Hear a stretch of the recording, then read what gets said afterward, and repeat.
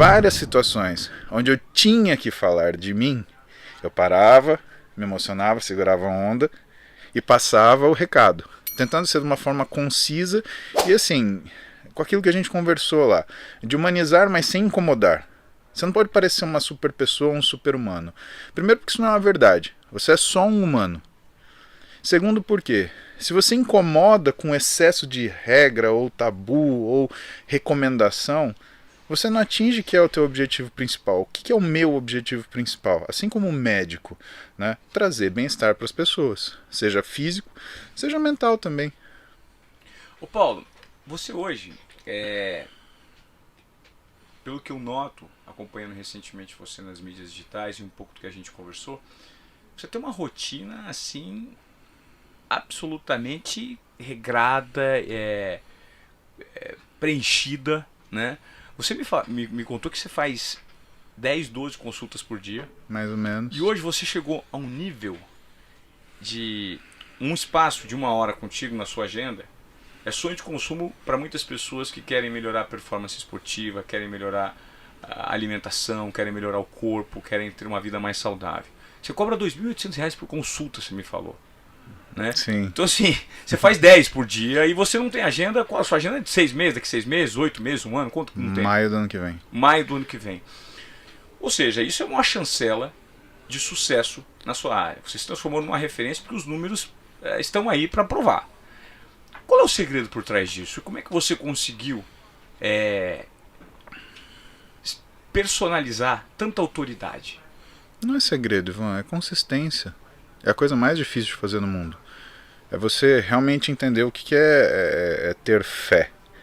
Fé é você realizar cegamente, porque você não tem provas de que aquilo vai funcionar. Eu tinha uma chance. Eu não sou o primeiro médico da família, mas eu sou o único médico da família. Uma prima minha, um pouco mais velha que eu, ela começou a fazer medicina, fez anestesiologia, mas infelizmente ela faleceu de um câncer de mama agressivíssimo, ela não tinha 40 anos de idade. E foi pra mim uma coisa assustadora, porque por 3 anos eu não encontrei com ela na faculdade de medicina. 3 anos. Eu podia ter encontrado com ela dando aula pra mim como anestesista, né, na faculdade de medicina. E por 3 anos isso não aconteceu. Foi uma coisa muito assustadora. E o fato de eu ser o único médico da família significa que eu nunca tive suporte, apoio sempre. Ah, você quer fazer medicina? Né, disse meu pai. Então, o que precisa? Vamos lá, vamos fazer.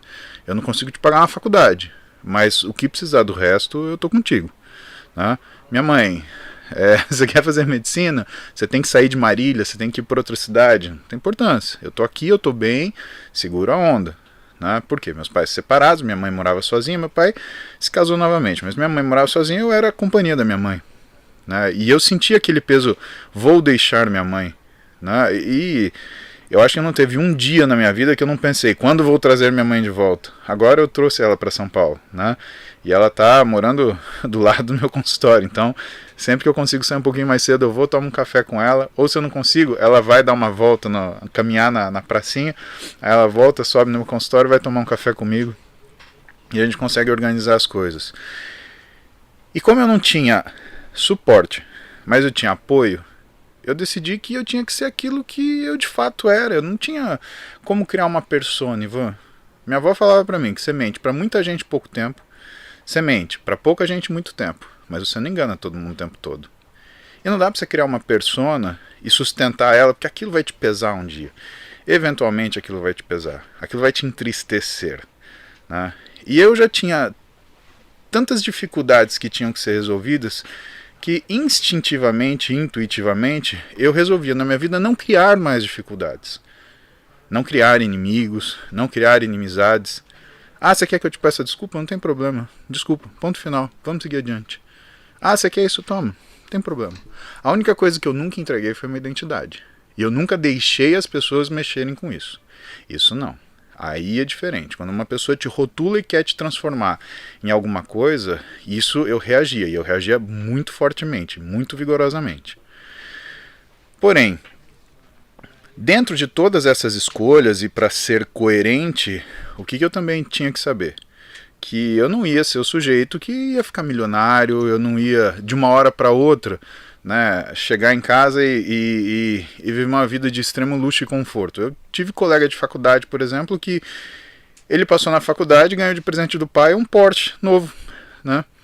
E que ele ficou ansioso para pegar o carro, ele pegou o carro na concessionária antes de sair o seguro, e aí ele foi roubado e perdeu o carro, no primeiro dia. O pai dele ficou tão bravo com ele que deu uma Courier 16 válvulas para ele novinho no dia seguinte, para ele aprender o que é dificuldade na vida.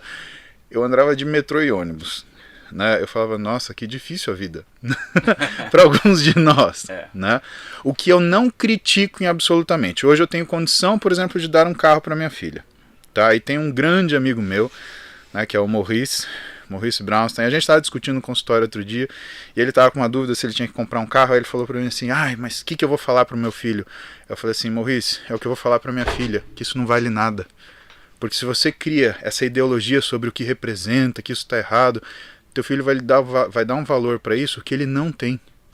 Então a minha filha olha para um carro assim, é só um carro. E isso me dá segurança porque ela nunca será comprada por um carro, por esse bem material, aquilo, porque o que a gente mostra em casa são que as verdadeiras riquezas são os valores que a gente tem. Perfeito. De respeito, de coleguismo, de compaixão, de empatia, são essas coisas que valem a pena. Mas voltando ao que eu estava te falando, eu sabia que eu não ia ter essa vida, então o que eu fiz? Eu me esmerei em ser aquilo que verdadeiramente eu achava valioso para mim. Simplesmente porque eu era assim. Dá muito trabalho mentir. Ivan, você tem que ter uma memória gigantesca, porque, cara, uma mentira leva a outra mentira, que leva a outra mentira, que leva a outra mentira. Você vive uma vida que depois você começa a achar, inclusive, que aquilo é verdade. E duas coisas vão acontecer. Ou você vai se esquecer e vão te pegar na mentira, ou pior, você vai acreditar nessa mentira. Que isso muita gente faz, né? E você vai se iludir. E não tem tristeza maior do que a ilusão que você cria para si mesmo. Porque nessa realidade paralela, nem você cabe. Às vezes as pessoas elas criam fantasias para que o mundo caiba naquilo que é o entendimento delas. Em um determinado momento, algo acontece, cria uma disrupção, e elas percebem que nem elas cabem naquele mundo. E aí é quando elas percebem que estão iludidas, né? Por si próprias. Pois é. E eu não podia ter isso. Eu tinha um sonho, que era casar com a minha mulher, porque foi a primeira mulher que eu me apaixonei na vida. Eu conheci a Roberta e eu me apaixonei perdidamente. Eu tinha um outro sonho que era fazer medicina, né? Fazer medicina é mais fácil, né? Passar no vestibular foi infinitamente mais fácil. Pô, passar no vestibular, eu fiz 2 anos de cursinho e passei, né? Agora para casar com a Roberta demorou 10 anos, né? 10 anos tentando ali. Demorou 5 anos para namorar, demorou 10 anos pra gente casar. Então foram 15 anos, né, de paciência e consistência. Eu sei muito bem o que eu quero. Eu não me dou prêmio de consolação.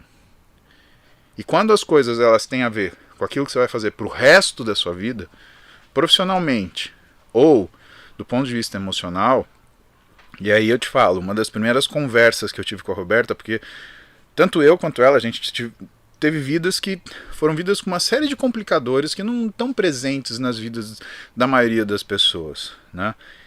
E eu virei para ela e falei, olha, eu confio para você uma das coisas mais importantes da minha vida, que é o meu patrimônio emocional.